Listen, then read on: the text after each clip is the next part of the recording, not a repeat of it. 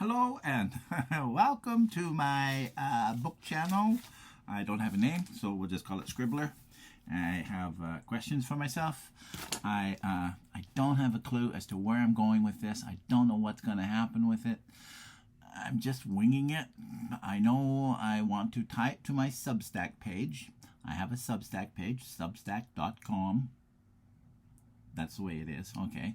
And I write stories. I write novellas, I write novelettes, I write long shit. Like, we're talking 15,000 words would be short. My shortest story is about 7,009. Yeah, about 7,000 words is my shortest story.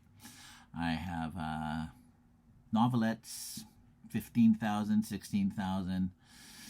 Into the novella area, 24, 25,000 words. My longest, 50. My longest one is a book, actually, I wrote called Beginner's Guide to Time Travel. That's about 90,000 words. I did that on the NaNoWriMo, the National Novel Writing Month, 2 years ago, after I had my my incident at work. We'll get into that later. Not today. Some other time, because that's just too much. Don't want to talk about that shit. Not that it's shit, but like it's traumatizing, and we're not going there. So what I want to do is I want to invite all the A-list actors out there. I have a list, and I've extended my invitation today to Mr. Tom Hiddleston. He's the Loki. I've never seen Loki. I don't watch a lot of TV. I don't. I do, but I don't. I binge watch with the wife because, you know, she's working today. It is a Saturday, and usually the weekends are for her. So I'll binge watch something with her or whatever. But yeah, we just got the Disney Channel just a month or two ago or whatever. I watched one thing. I wanted to check out Ahsoka because, like, you know, I was 19 when Star Wars came out, and so it's like I've been hooked ever since. It's like, whatever. So I want Tom Hiddleston to come by. He can read, and we'll feed him. We'll drink wine. There'll be no cameras, so you don't have to worry about it. Well, just this one. So, you know, he need not worry about anything. There's like, you know, you can get drunk, you can get high, you can do whatever you want. I don't care. My wife's a good cook. She's an amazing cook. It shows on me because, like, God, the weight I've gained, ridiculous. Anyways, so I'm going to tie this to my Substack page, and then what I plan to do is I want to get paid subscribers, and at $30 a year Canadian, which works out to be $22 US or something like that. It's like 6 cents a day, something close to that. And I want to make novellas, like books. Like, I'll show you. Here, hang on.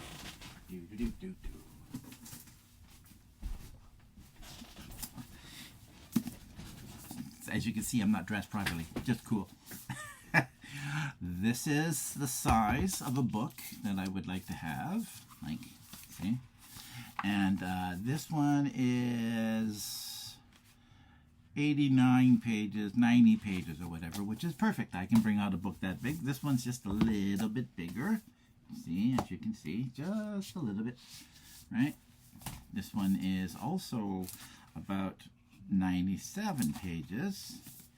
And then this one, well, it's the same size as this one, I guess. They're both the same. These ones are the same. This one is a little longer. It is 150 pages, which is perfect. I'd like to actually print out the story that I'm going to be reading, The Bashful Courtesan. I'd like to print that one up first, and then I'll have everybody send me a self-addressed stamped postcard from wherever they live, because then I get to see all sorts of like cool little postcards, put them in a scrapbook, have everybody's address down there, go to the printing company that I was talking to, and print out the books. They would give me 100 copies or whatever like that, so I would have 100. I only need about 70 or 80 people to pay the subscribe thing so that I can get it done, because I'm not taking it out of my own pocket, because that's not what this is all about. I have to make this on my own. I have to make this work. We'll see how that goes, because I spent my entire life in a sawmill. I've cut some fingers off. You see, well, there you go. Well, there you go. Cut the finger off and screwed up the other one, and that's like, I got the scars to prove it, and the tears, lots of sweat, lots of blood. And I did that for 45 years, from when I was 19. It was a different kind of a place to work, that's for sure. We had a different take on life down there, because it was such a small place, and they were like, my God, retarded is a good word, but I'm not supposed to use that word, so we'll say fucktarded. They were all a bunch of fucktards, because they drank on the job, they smoked dope on the job, they dropped heroin. I mean, they dropped acid, they shot heroin, they did angel dust. Well, I shouldn't say they. It's like we. I didn't do any angel dust. That was just a little bit before my time. But we were high at work all the time. We were high on speed. We were high on coke. We were high on acid. We were high on pot. We were high on hash. We were high on heroin. We did uppers. We did downers. We did everything. We drank a lot. Guys used to drink. One guy drove in the forklift with a 6-pack behind the seat, like, and drinking and driving. Yeah, it's like that's the way we did it. And so that part of my life is now over with, and now this part of my life is writing. People say they want me to write stories about the mill, but I don't really want to write stories about the mill. I try to forget those days, basically, because, you know, I was a bit of a fucktard too. But every once in a while I put them up. But I put them behind the paywall, because if you want to read them, pay for them. That's what I say. Nobody's done it, so apparently they were lying, weren't they? So, yeah. So now I write stories, but I write stories that interest me. Stories that, like, stories about the Mau Mau. Because my brothers used to tease me like the boogeyman, only they would say the Mau Mau were coming to get me, because, you know, it was the 60s and the Mau Maus were in the 50s, and so, you know, they were older than me, because the oldest one is 10. Hi, Pete. He's on here. Oh, no, he's not. I haven't told him about this yet. He will be. So, yeah, he's 11 years older than me, and so it's like, you know, when you're 9 years old and he's 20, he doesn't want you hanging around with him. So, yeah, they would tell me stories about the Mau Mau just to get rid of me, scare the shit out of me, and send me home down the dark alley. tell me to watch out for the bushes, because that's where they were hiding. It's like, my God, the shit they did to me, unbelievable. Yeah, so I like the Mau Mau, so I wrote a story about the Mau Mau. It's called The African Songbook, a tragedy in 5 acts. So, spoiler alert. It's a tragedy. And it's called It's Tragedy in 5 Acts because I wanted to base it on a Shakespearean concept of a play, like, you know, in basically 5 acts. Lots of the stuff happens off the screen and off page, whatever you want to call it. It's an interesting story. I liked it. But that was that. And then I wrote this one about a dwarf. Are you allowed to call him that anymore? But that's what he is. Yevgeny the dwarf. Pumilio, which is Latin for dwarf, and that's the name he goes by later. And it takes place in 2 different time frames, because I like to do everything kind of different. I like to challenge myself as a writer.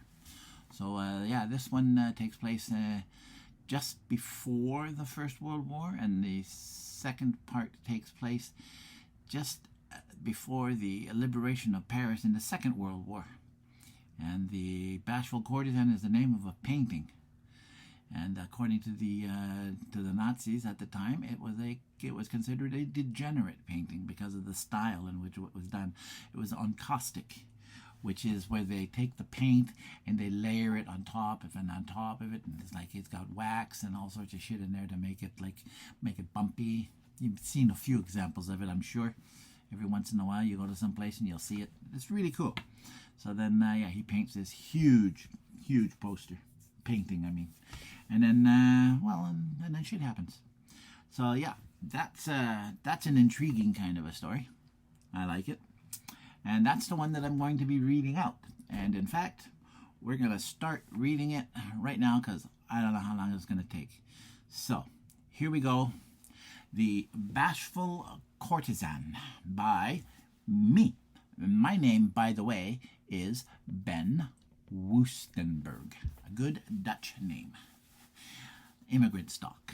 My parents are immigrants, so I'm the only one born here in Canada, by the way.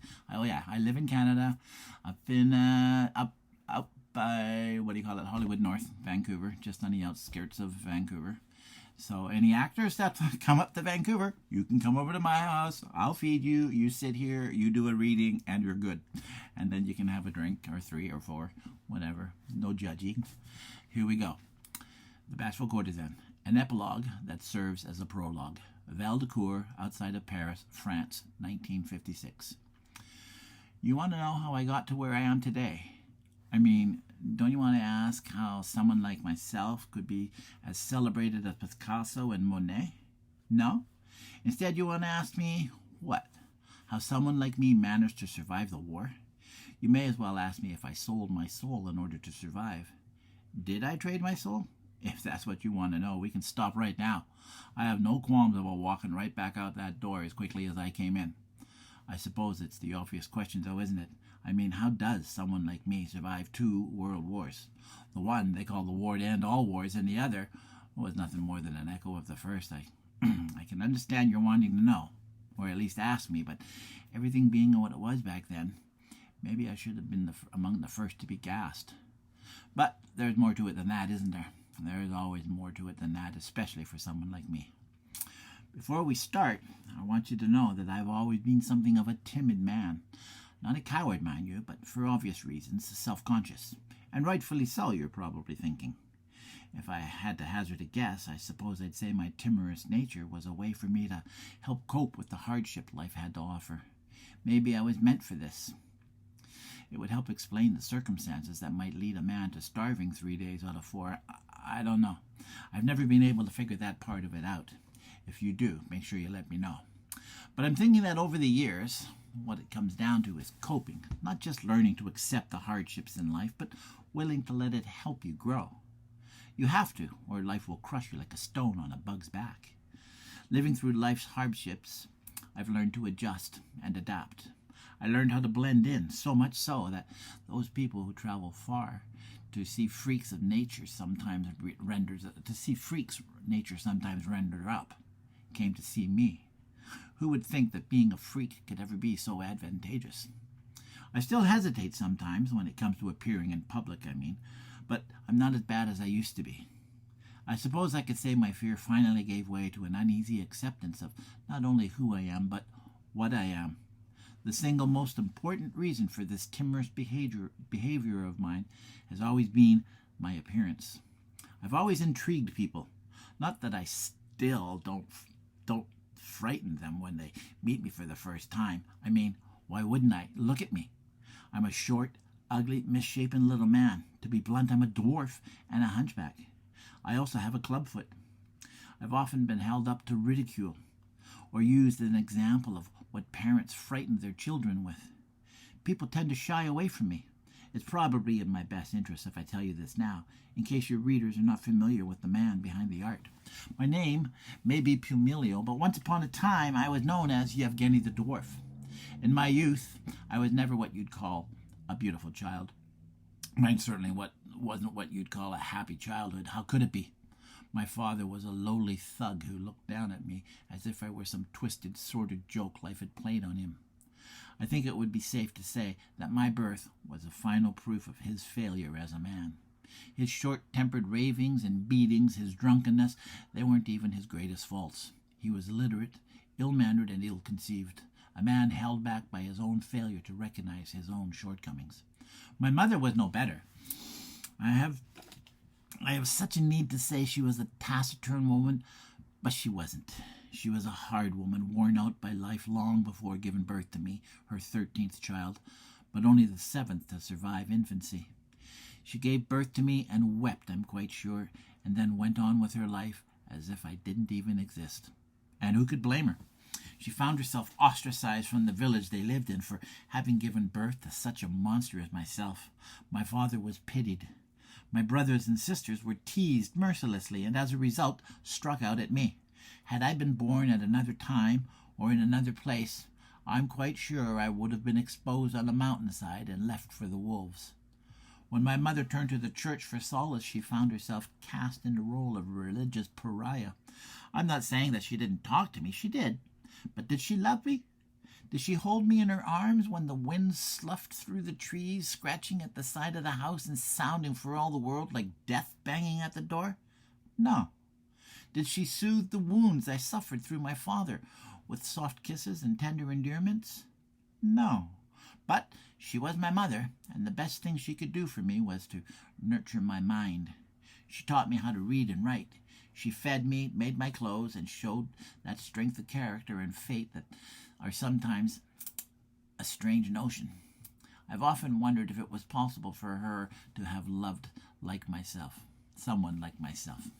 I doubt if she ever forgave me for what I did to her life.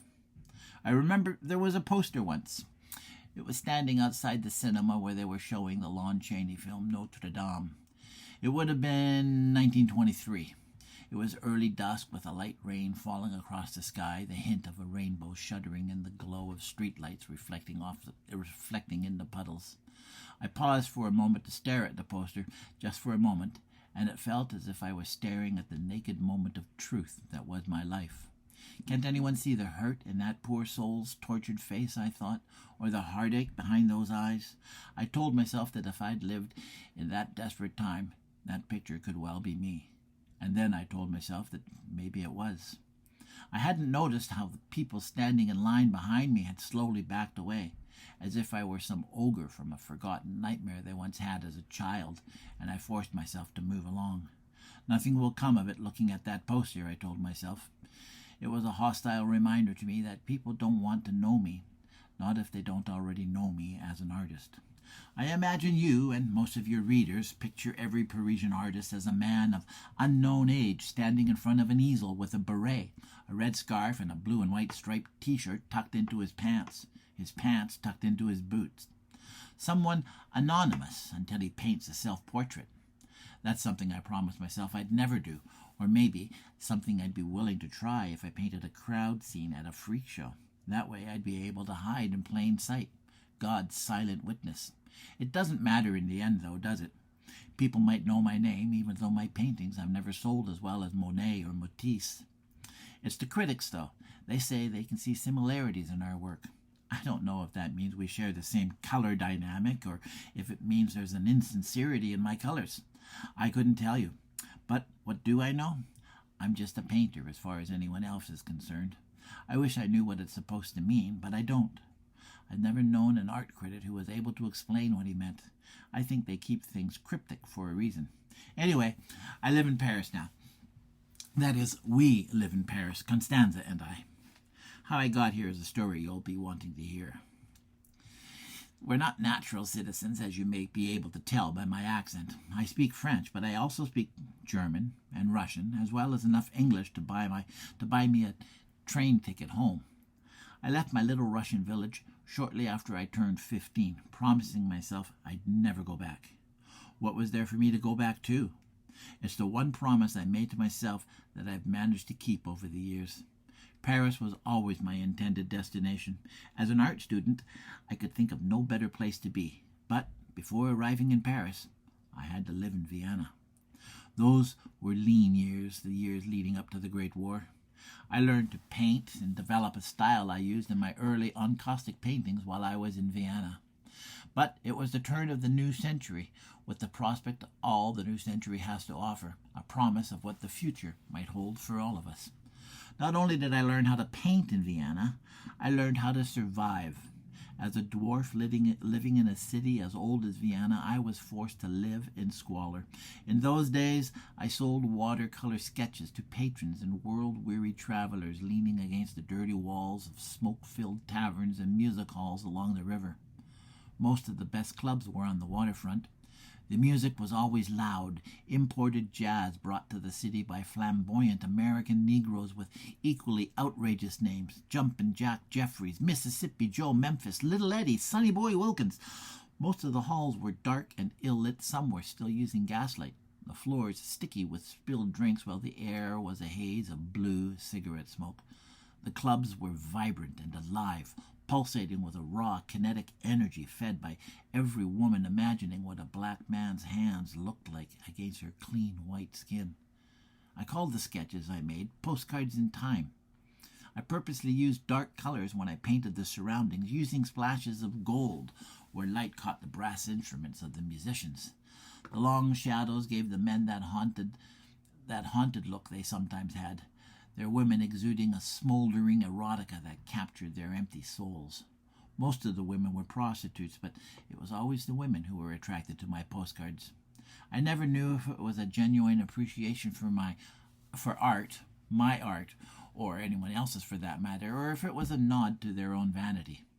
It may have been something as simple as them feeling sorry for me. It doesn't make any difference as long as they pay, I told myself. As long as there was money in my pocket, there would be food on my table, and that was all that mattered to me back then. I also sold my postcards to passers-by on the sidewalks, where I'd sit under the cover of nearby eaves and paint street scenes lit up by dull city lights and a melancholy mood. I lived a hand-to-mouth existence. It took years for me to establish anything even close to resembling a following.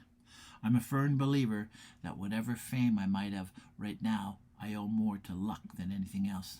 That's because I've never been one to believe in fate. I've never been a man to believe in much of anything, really. But I do believe success and fame have little to do with a man's talents. I've known men who had a great deal of talent, only to watch them fall by the wayside. One could almost say that luck and fate conspired against them, or you could say they were fated to fail all along. But by saying that, wouldn't you be looking at the irony of one man's life being shared by others? And what would the odds of that be? I think fate's more a matter of hindsight, and luck's nothing more than being in the right place at the right time.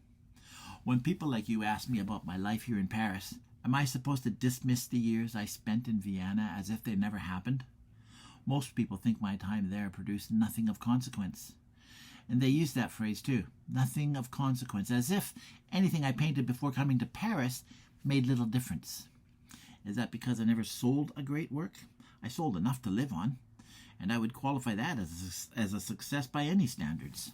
Those who admire my work today say that it was in Paris where I was first discovered. And then they tell me I was more or less mentored by the same writers and artists living their bohemian fantasies in the same squalor and poverty I lived in. They called them survivors, but to be truthful, we all were. We all needed time to escape the memories of the Great War. They found their escape through an overindulgence of alcohol and cocaine. You can't fault them for the way they lived their lives, even when their habits became addictions. But if war has taught me anything, it isn't that we've killed the baser instincts of cruelty or the bloodlust and primitive savagery. No, if it's taught me anything at all, it's taught me that we've broken with our humanity. We lost the better part of ourselves in the aftermath of a world-shattering event that would see the face of the globe changed, and at such a cost that later generations would refer to us as the lost generation. In reality, what was there left for anyone to go home to?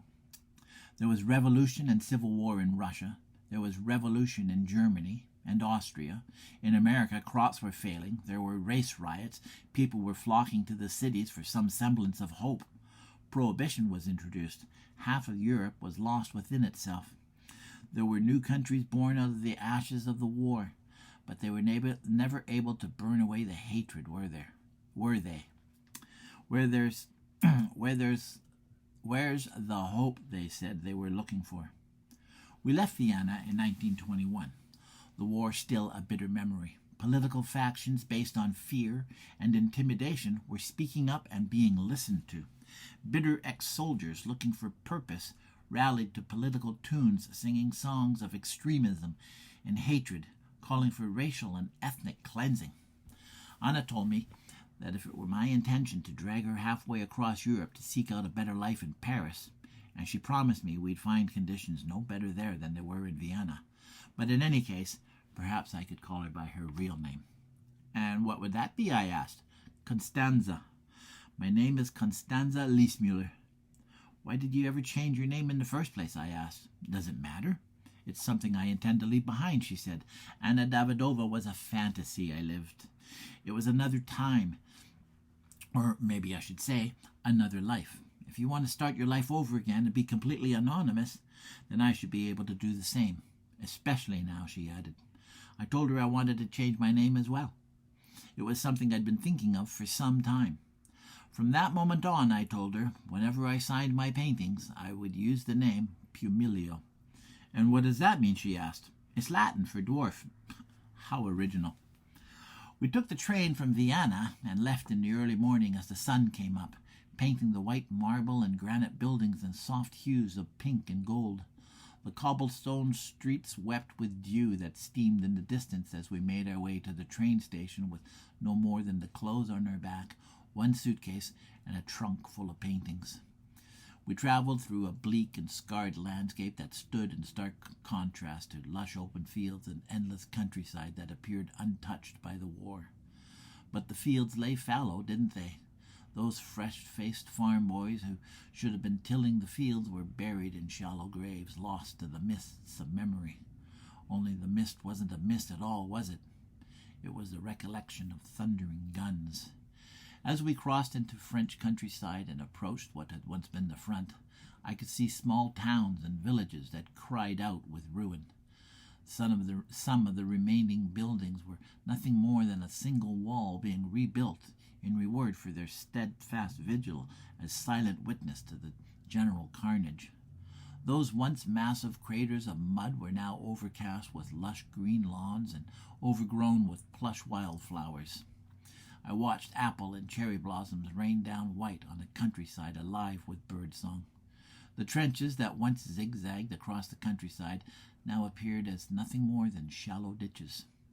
For years I blamed myself for not leaving Paris when we had the chance.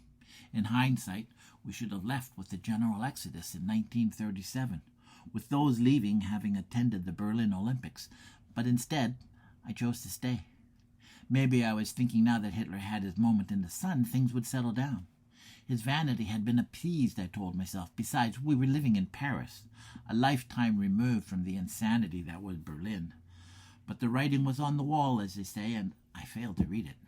I'm almost certain Constanza could sense what was coming before I did, but for some reason, known only to herself, she refused to say anything. It fell to me as to when it would be best for us to leave Paris. The plan was to move south along with other bands of displaced refugees making their way to the greener pastures of Vichy. But I could never bring myself to make that decision. When the Germans invaded, we were still in the city. I was more concerned with documenting and packing up the treasures of the Louvre than I was leaving Paris and saving myself.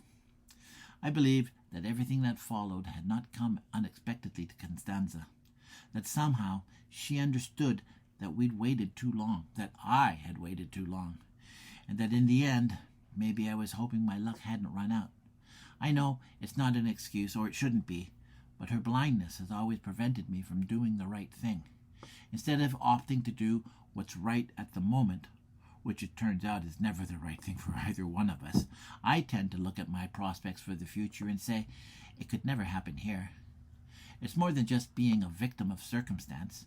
And as the world plunged into yet another great war, a second war they were calling it, as if by numbering them we might allow ourselves time for growth, we lived our lives accordingly. The siege of Paris began on 14 June 1940, when the German army entered the city. By 16 June, the Prime Minister had resigned, and on 17 June, the new acting head of state, Marshal Pétain, called for an immediate ceasefire. How do we let this happen? And again, you ask, how could we allow ourselves to become victims when the world had the League of Nations to serve as our watchdog? I've asked myself that same question many times over the years. It may be as simple as admitting to the fact that we've always been victims. Our life has never been our life. It has never been ours to live, has it? Ours was a generation that coincided with the opening of the 20th century, an age of promise, wealth, and luxury when one takes into consideration all the great technological advances we made, but a promise bifurcated by the greatest war known to man. A world war of such untold magnitude, they called it the war to end all wars. Those of us who survived, those of us who lived through the horrors of the battlefield, and those of us who starved in the cities, now divided our lives into three separate categories: before, during, and after. Those of us who grew up and matured in an age of so much loss never reconciled ourselves to the fact we let our father's generation dictate how we should live our lives. We thought we could do better.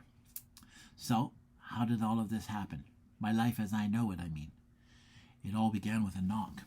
While I can't say how everything I'm about to tell you from here on in is truth, or how everything I say we did is exactly how it happened, or even how it came about, there's little I've chosen to leave out. This isn't as much as an autobiography as it is a search for oneself. Whether that search should result in self-loathing isn't the question to be asked here, nor is it the answer I'm looking for. Nothing in life makes sense if you leave out the details, no matter how small. That's because there's always the threat of someone showing up out of the blue and reminding you you've caused others to fail. God knows I've had my share of failures.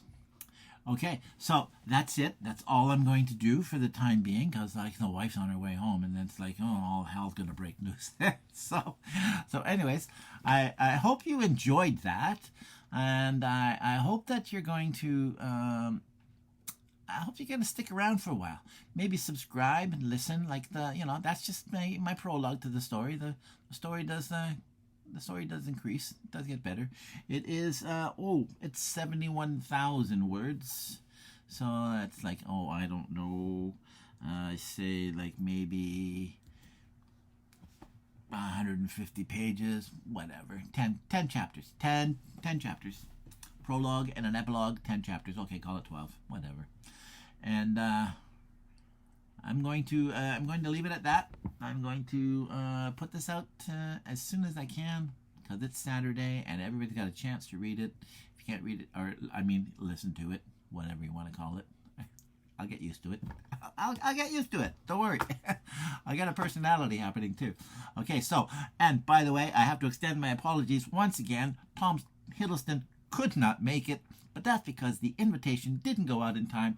So the invitation will be standing as a standing invitation, as we say. And for maybe next week, we'll have to come up with someone else. Alrighty then. And this is me saying adieu. Alrighty.